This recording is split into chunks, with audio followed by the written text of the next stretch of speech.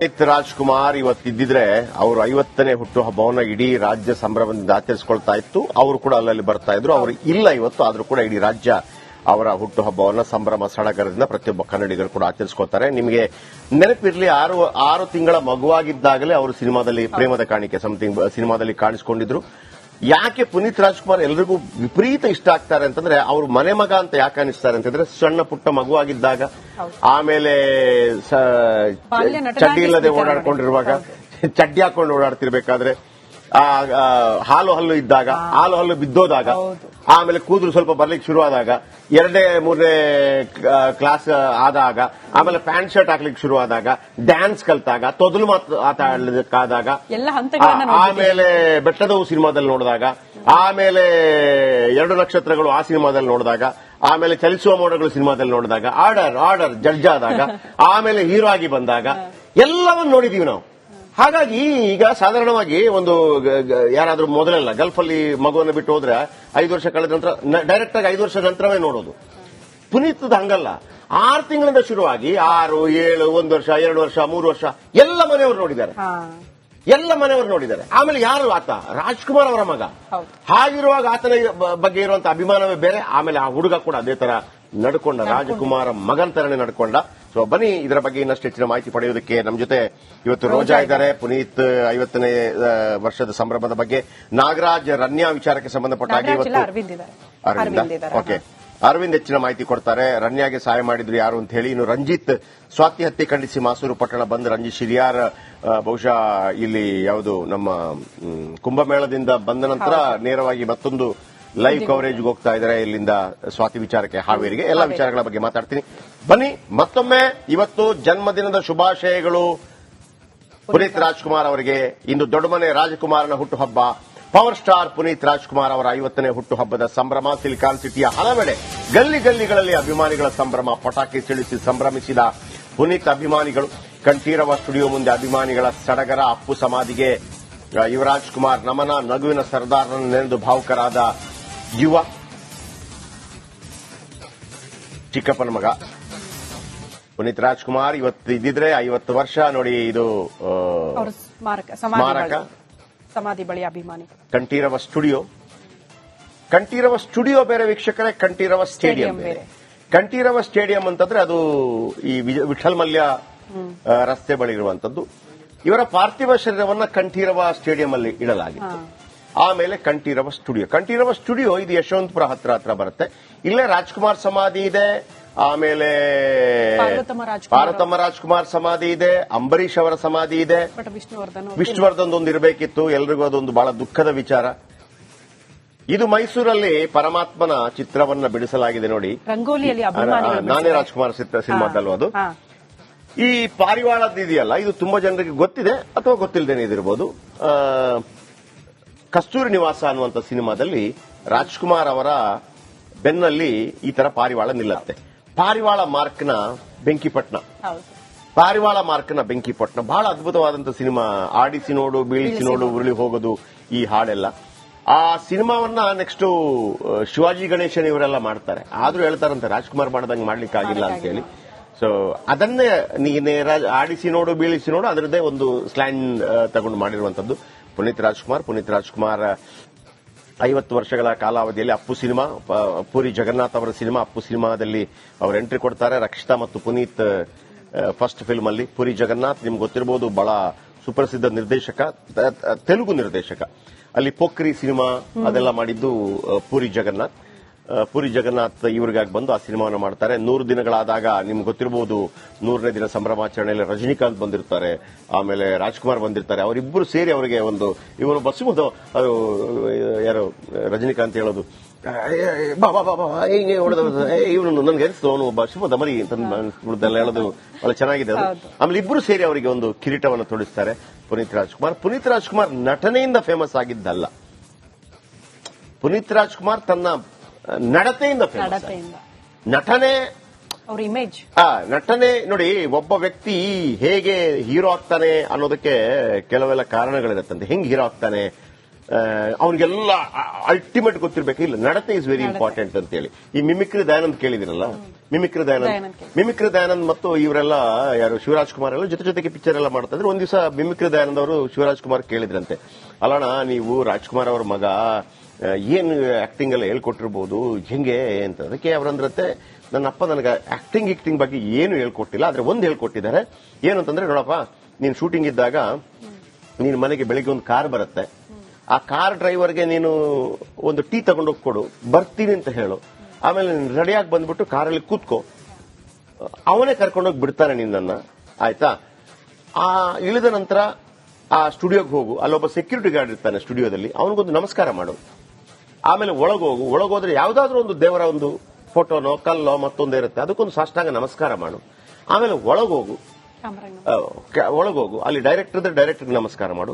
ಆಮೇಲೆ ಮೇಕಪ್ಗೆ ಹೋಗ್ತೀಯಾ, ಮೇಕಪ್ ಹೋದಾಗ ಮೇಕಪ್ಗೆ ನಮಸ್ಕಾರ, ಮೇಕಪ್ ಆದ ನಂತರ ಮೇಕಪ್ ಮ್ಯಾನ್ ಕಾಲ್ಗೊಂದು ನಮಸ್ಕಾರ ಮಾಡು. ಆಮೇಲೆ ನೀನು ಆಕ್ಟಿಂಗ್ ಮಾಡಕ್ ಬರ್ತೀಯಾ, ಸ್ಟುಡಿಯೋ ಇದೆ ಅಲ್ಲಿ ಕ್ಯಾಮ್ರಾಗೊಂದು ನಮಸ್ಕಾರ ಮಾಡು.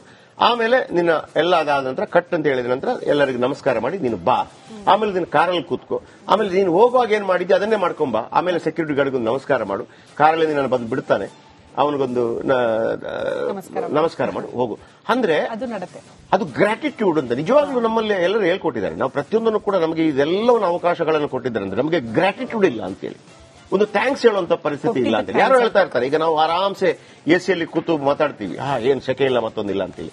ಯಾರೋ ಒಬ್ಬ ಎಸಿಗಾಗಿ ವರ್ಷಾನುಗಟ್ಲೆ ದುಡಿದಿದ್ದಾನೆ, ಇವ್ ಫ್ಯಾನ್ ಟಕ್ ಅಂತ ಹಿಂಗೆ ಹಾಕ್ಬಿಡ್ತೀವಿ, ವರ್ಷಾನುಗಟ್ಲೆ ದುಡಿದಿದ್ದಾನೆ. ಇಸ್ತ್ರಿಪಟ್ಟಿಗೆ ಕ್ಷಣದಲ್ಲಿ ಇಸ್ತ್ರಿಪಟ್ಟಿಗೆ ಆಗುತ್ತೆ. ಆ ಇಸ್ತ್ರಿಪಟ್ಟಿಗೆ ಆಗಬೇಕು ಅಂತ ವರ್ಷಾನುಗಟ್ಲೆ ಒಬ್ಬ ತನ್ನ ಇಡೀ ಜೀವನವನ್ನು ಸವಿಸಿದ್ದಾನೆ. ವಿಮಾನದಲ್ಲಿ ಹೋಗ್ತೀವಿ ನಾವು, ವರ್ಷಾನುಗಟ್ಲೆ ಅದಕ್ಕೆ ಸವಿಸಿದ್ದಾನೆ, ಜೀವ ತೆತ್ತಿದ್ದಾನೆ. ಮತ್ತು ಅವನಿಗೊಂದು ಗ್ರಾಟಿಟ್ಯೂಡ್, ಥ್ಯಾಂಕ್ಸ್ ಅಂತಿಲ್ವಾ ಅಂತ. ಈಗ ಸಾಧಾರಣವಾಗಿ ಒಂದು ಹಿಂದೂ ಧರ್ಮದಲ್ಲಿ ಒಂದು ಮಾತಿದೆ, ಯಾವುದಾದ್ರೂ ಒಂದು ಮಂತ್ರವನ್ನು ಹೇಳಿದಾಗ 108 ಬಾರಿ ಹೇಳಬೇಕಂತ. 108 ಬಾರಿ ಹೇಳಬೇಕು. ಯಾಕೆ 108 ಬಾರಿ ಅಂತ? 101 ಬಾರಿ ನಮಗಂತೆ, 7 ಬಾರಿ ಹೇಳೋದು ಆ ಮಂತ್ರವನ್ನು ಯಾರು ರಚನೆ ಮಾಡಿದ್ದಾನೋ, ಇದರಲ್ಲಿ ಇಷ್ಟೊಂದು ಶಕ್ತಿ ಇದೆ ಅಂತೇಳಿ ಅವನಿಗಂತೆ, ಅವನ ಆತ್ಮಕ್ಕೆ ಕೊಡೋದು ಅಂತೇಳಿ.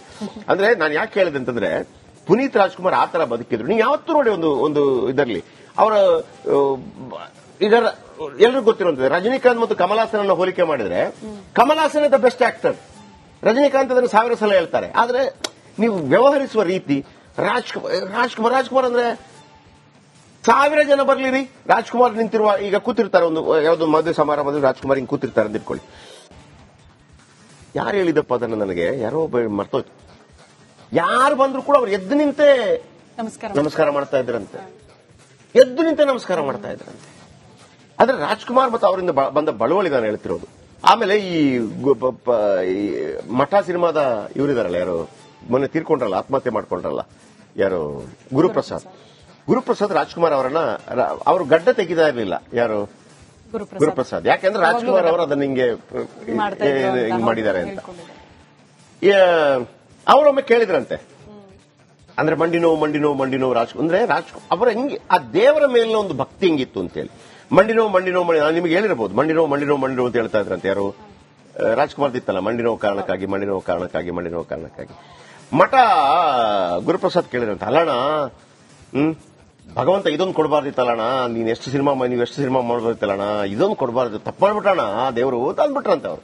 ಅದಕ್ಕೆ ರಾಜ್ಕುಮಾರ್ ಅಂದ್ರಂತೆ, ಅಲ್ಲಪ್ಪ ನನ್ನನ್ನು ಇಷ್ಟು ದೊಡ್ಡ ನಟ ಮಾಡಿದ್ದಾನೆ, ಇಷ್ಟೊಂದು ಪ್ರೀತಿ ಕೊಟ್ಟಿದ್ದಾನೆ, ಇಷ್ಟೊಂದು ಗೌರವ ಕೊಟ್ಟಿದ್ದಾನೆ, ಇಷ್ಟೊಂದು ಯಶಸ್ಸು ಕೊಟ್ಟಿದ್ದಾನೆ, ನಿಮ್ಮೆಲ್ಲರ ಇದರಲ್ಲಿ ನಾನು ಏನೋ ಅಭಿಮಾನಿ ದೇವರುಗಳು ನೀವು, ಇಷ್ಟೆಲ್ಲ ಜನ ಕೊಟ್ಟಿದ್ದಾರೆ, ನನಗೆ ಊಟ ಕೊಟ್ಟಿದ್ದಾನೆ, ಸಂಪತ್ತು ಕೊಟ್ಟಿದ್ದಾನೆ, ಕಾರ್ ಕೊಟ್ಟಿದ್ದಾನೆ, ಬಟ್ಟೆ ಕೊಟ್ಟಿದ್ದಾನೆ, ಹೆಂಡತಿ ಮಕ್ಕಳನ್ನ ನೋಡ್ಕೊಂಡು ಚೆನ್ನಾಗಿ ಎಲ್ಲವನ್ನು ಕೊಟ್ಟಿದ್ದಾನೆ.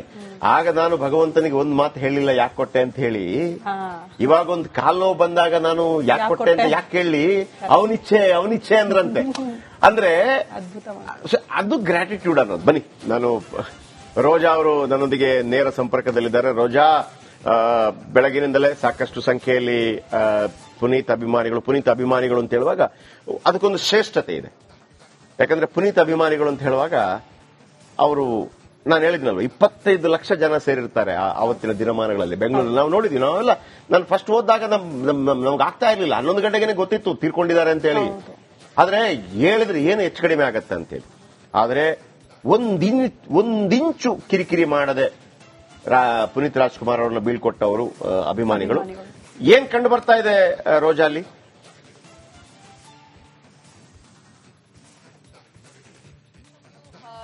ಜಯಪ್ರಕಾಶ್ ಶೆಟ್ಟಿ ಅವರೇ, ಏನು ಈ ಕಂಠೀರವ ಸ್ಟುಡಿಯೋ ಇದೆ, ಇಲ್ಲಿ ಅಭಿಮಾನಿಗಳ ಜನಸಾಗರವೇ ಒಂದ್ ರೀತಿಯಾಗಿ ಭಕ್ತಗಣ ಅಂತ ಹೇಳ್ಬೋದು, ಹರಿದು ಬರ್ತಾ ಇದೆ ಮುಂಜಾನೆಯಿಂದನೂ ಕೂಡ. ನಿನ್ನೆಯಿಂದಲೇ ಸೆಲೆಬ್ರೇಷನ್ ಆಲ್ರೆಡಿ ಸ್ಟಾರ್ಟ್ ಆಗಿತ್ತು, ಪಟಾಕಿಗಳನ್ನ ಸಿಡಿಸಿ ಅದರ ಜೊತೆಗೆ ಎಲ್ಲರೂ ಕೂಡ ಗುಲಾಬಿ ಹೂಗಳನ್ನ ಹಿಡಿದು ನಗುಮುಖದಿಂದ ಬಂದು ಪುನೀತ್ ರಾಜ್ಕುಮಾರ್ ಅವ್ರಿಗೆ ಸಮರ್ಪಣೆಯನ್ನ ಮಾಡ್ತಾ ಇದ್ದಾರೆ. ದೈಹಿಕವಾಗಿ ಅವರಷ್ಟೇ ನಮ್ಮನ್ನ ಅಗಲಿದ್ದಾರೆ, ಬಟ್ ನಮ್ ಜೊತೆಗೆ ಇದ್ದಾರೆ, ಅವ್ರಿಗೋಸ್ಕರ ಹಾಡುಗಳನ್ನ ಹಾಡ್ತಾ ಇದ್ದಾರೆ, ನಾವು ಹಾಡೋ ಹಾಡಲ್ಲಿದ್ದಾರೆ, ನಾವು ಕೂಗುವಂತಹ ಹರ್ಷೋದ್ಗಾರದಲ್ಲಿ ಪುನೀತ್ ರಾಜ್ಕುಮಾರ್ ಇದ್ದಾರೆ, ನಗುವಿನ ಸರದಾರ, ನಗುವಿನ ಒಡೆಯ ನಮ್ಮ ಅಪ್ಪು ಅಂತ ಹೇಳ್ಬಿಟ್ಟು ಖುಷಿಯಿಂದ ಹುಟ್ಟಿದಬ್ಬವನ್ನ ಜಯಂತ್ಯೋತ್ಸವ ಅಂತ ಹೇಳ್ಬಿಟ್ಟು ಆಚರಣೆ ಮಾಡ್ತಾ ಇದ್ದಾರೆ.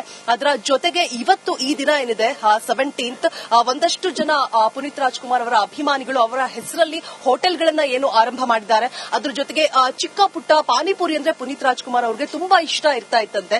ರೋಡ್ ಸೈಡ್ ಅಲ್ಲೂ ಕೂಡ ನಿಂತ್ಕೊಂಡು ತಿಂತಾ ಇದ್ರು ಅನ್ನುವಂತಹ ವಿಚಾರ ನಮ್ಮೆಲ್ಲರಿಗೂ ಕೂಡ ಗೊತ್ತು. ಅನಿಲ್ ಚಾಟ್ ಸೆಂಟರ್ ಅಂತ ಹೇಳ್ಬಿಟ್ಟು ಪಾನಿಪುರಿ ಸೆಂಟರ್ ಮಹಾಲಕ್ಷ್ಮಿ ಲೇಔಟ್ ಅಲ್ಲಿ ಸ್ವಿಮ್ಮಿಂಗ್ ಪೂಲ್ ಆಪೋಸಿಟ್ ಅಲ್ಲೇ ಇದೆ. ಸೊ ಅಲ್ಲಿ ಪುನೀತ್ ರಾಜ್ಕುಮಾರ್ ಅವರು ಪಾನಿಪುರಿಯನ್ನ ರೆಗ್ಯುಲರ್ ಆಗಿ ತಿಂತಾ ಇದ್ರು ಅನ್ನುವಂತಹ ಮಾಹಿತಿ ಇದೆ.